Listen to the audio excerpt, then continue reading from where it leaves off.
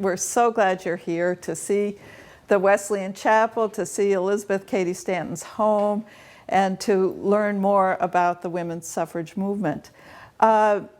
Today, in this brief program, we'll be focusing on the topic of religion and spirituality.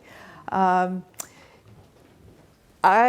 was a graduate student in the 70s, and at that point in studying American religious history, was very aware that feminist scholars were recovering knowledge through the Women's Bible and using that as a takeoff. So that was a wonderful reminder for me of Elizabeth Cady Stanton. And then I was ordained more than 30 years ago, and have been serving as a pastor and college and university chaplain. But my special emphasis has been on the multi-faith dialogue and understanding, and I brought the stole that I often wear as a symbol of the various religions and our efforts for dialogue to understand one another better. And founded 20 years ago the Women's Interfaith Institute. We bought the building right next door, a historic church building right next door to the National Park. So I've always wanted to talk with Elizabeth Cady Stanton, and this opportunity today to be in dialogue briefly with her about issues of religion and spirituality is so important. I've been thinking of the questions, noting them that I wanted to ask her. Elizabeth Cady Stanton is played by Dr. Melinda Grube, who has her PhD in Women's Studies in Religion. So at this time, I ask you to join me in welcoming Elizabeth Cady Stanton.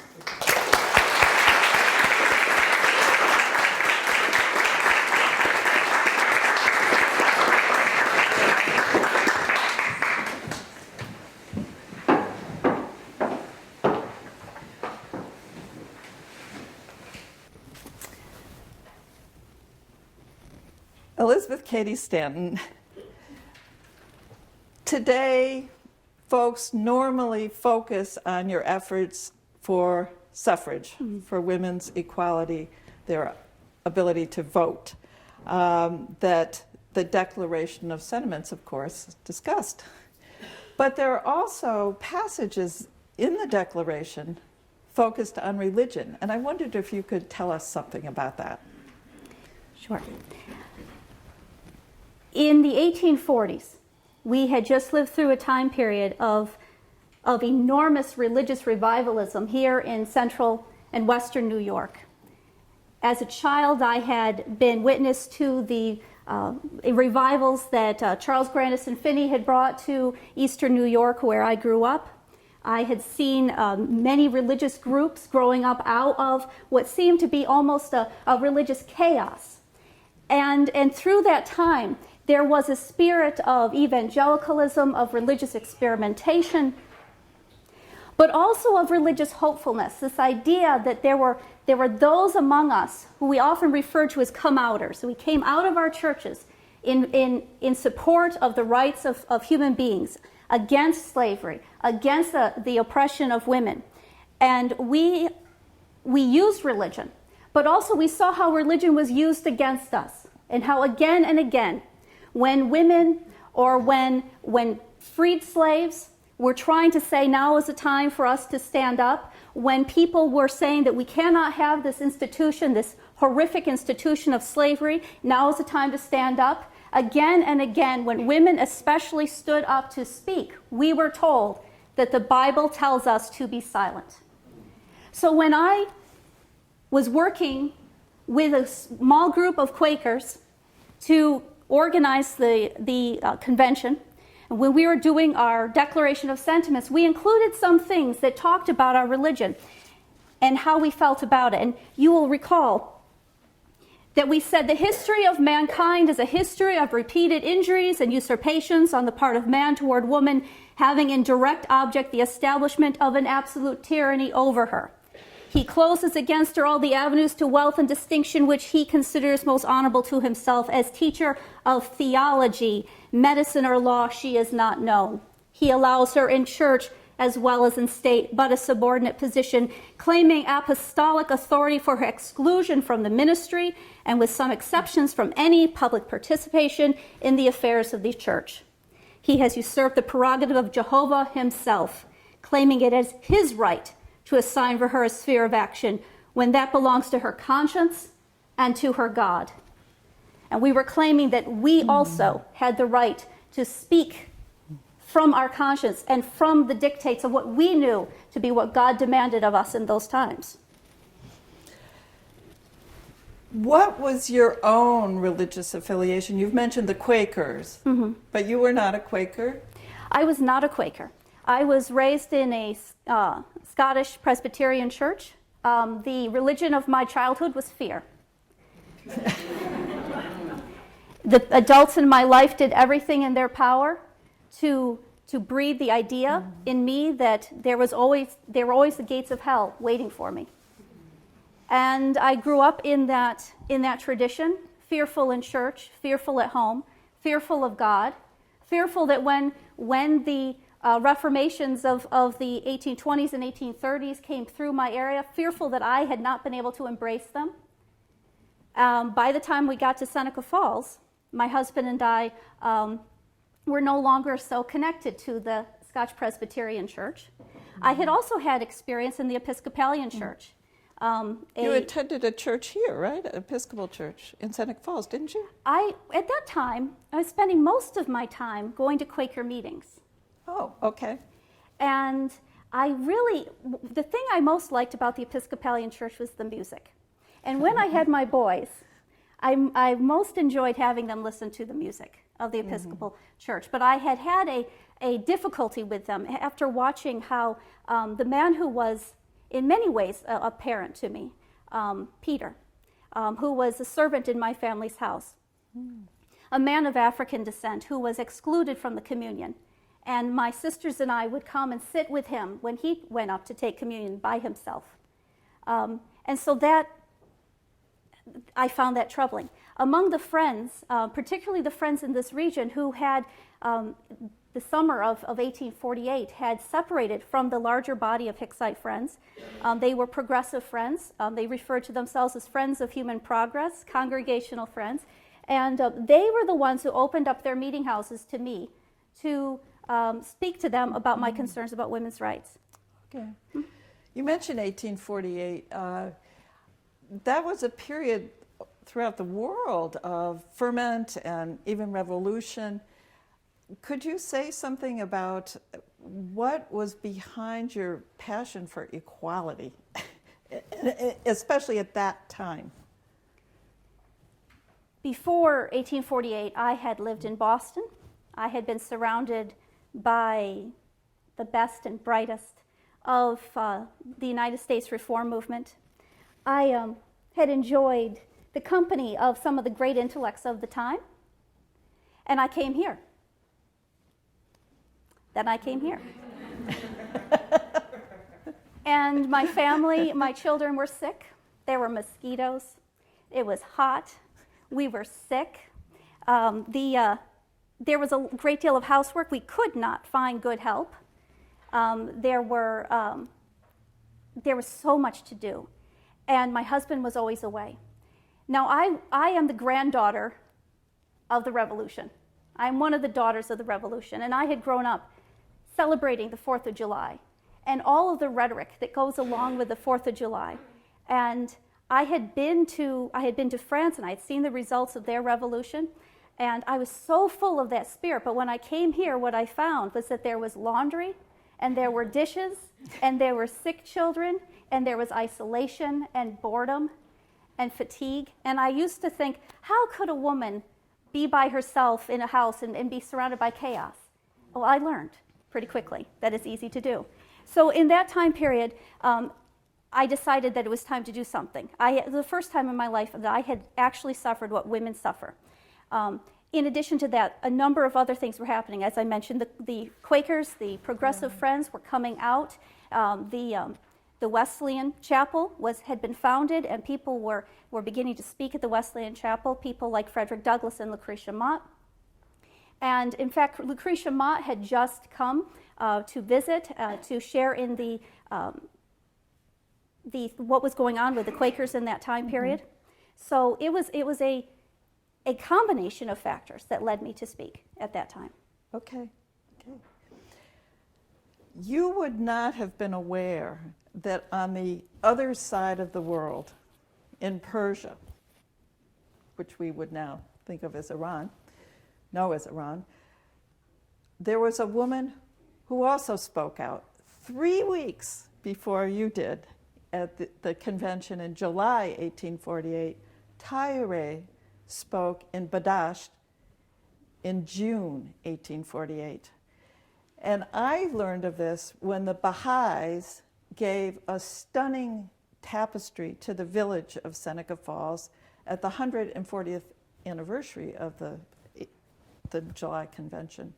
And I wanted to show you, because you wouldn't have been aware, that this is a replica or a photograph of the tapestry, which is much, much bigger. And here you are. There I am. And there is Tyre within 3 weeks of one another on either side of the world. And I wanted to tell you about that, because your communication wasn't then what ours is now, and you wouldn't have known. But it seemed important for you to know about Tyre.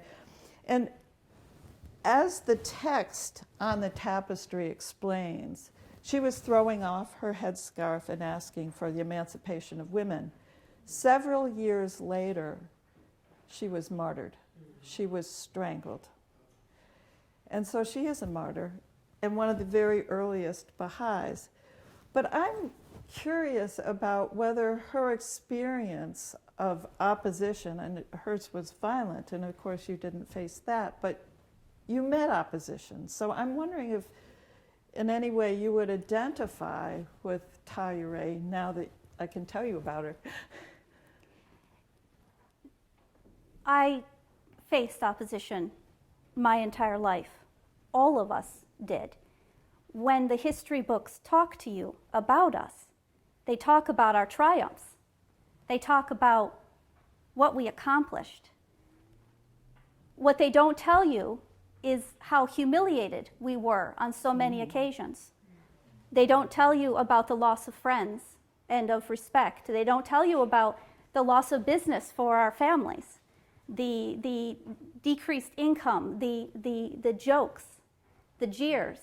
They don't tell you about that. The times when we felt so alone that we felt that we could not go on another moment. All of us experienced that. Eventually, we established that the fight for suffrage was a worthy cause. We established that the right to attend college was a worthy cause.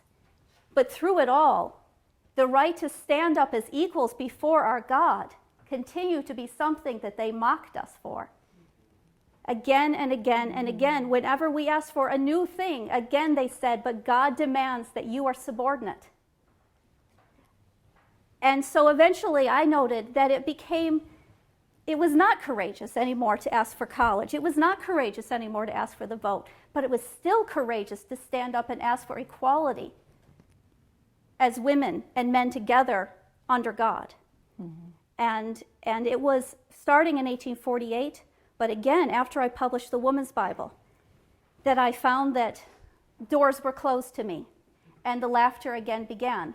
Just as I thought I had established myself as the grand matron of the movement, I found the younger women ashamed to be in my presence and ashamed of my name. You've mentioned the Women's Bible, published in 1895. Yes.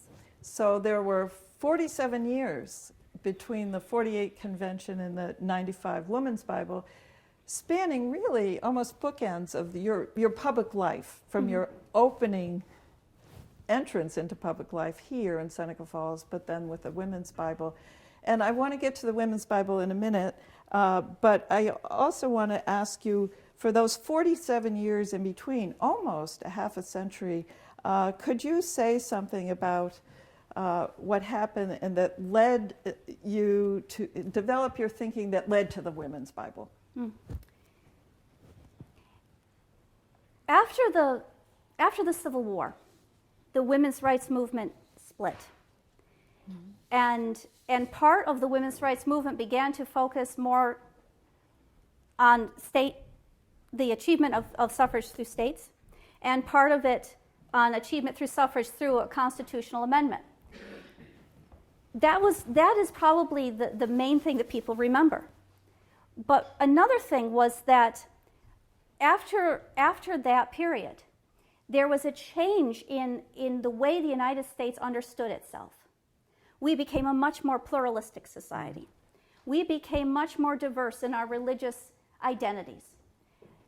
Not only were immigrants bringing in new ideas, new faith systems, but those of us who had been fighting for equality all along, and those of us who were involved in more traditional churches, we also became more diverse. We became more interested in a plethora of approaches to how to deal with poverty, with alcoholism, with corruption, with the increasing difficulties of a materialistic and a mechanized society. And as a result of this, and as a result of some of the severe economic depressions that we suffered, women began to speak out and say that we are the mothers of the world. And as the mothers of the world, we have the right to stand up and mother the entire country. And they countered us. And they said that you have gone too far. You've established organizations, you've established groups, you've established charities. You have done good work, but you should go home. And so in the years leading up to the last 2 decades of the 19th century, there was an increasing emphasis on traditional values, on sending women back into the homes, to creating what they referred to as a more muscular Christianity, which meant with fewer women talking in it.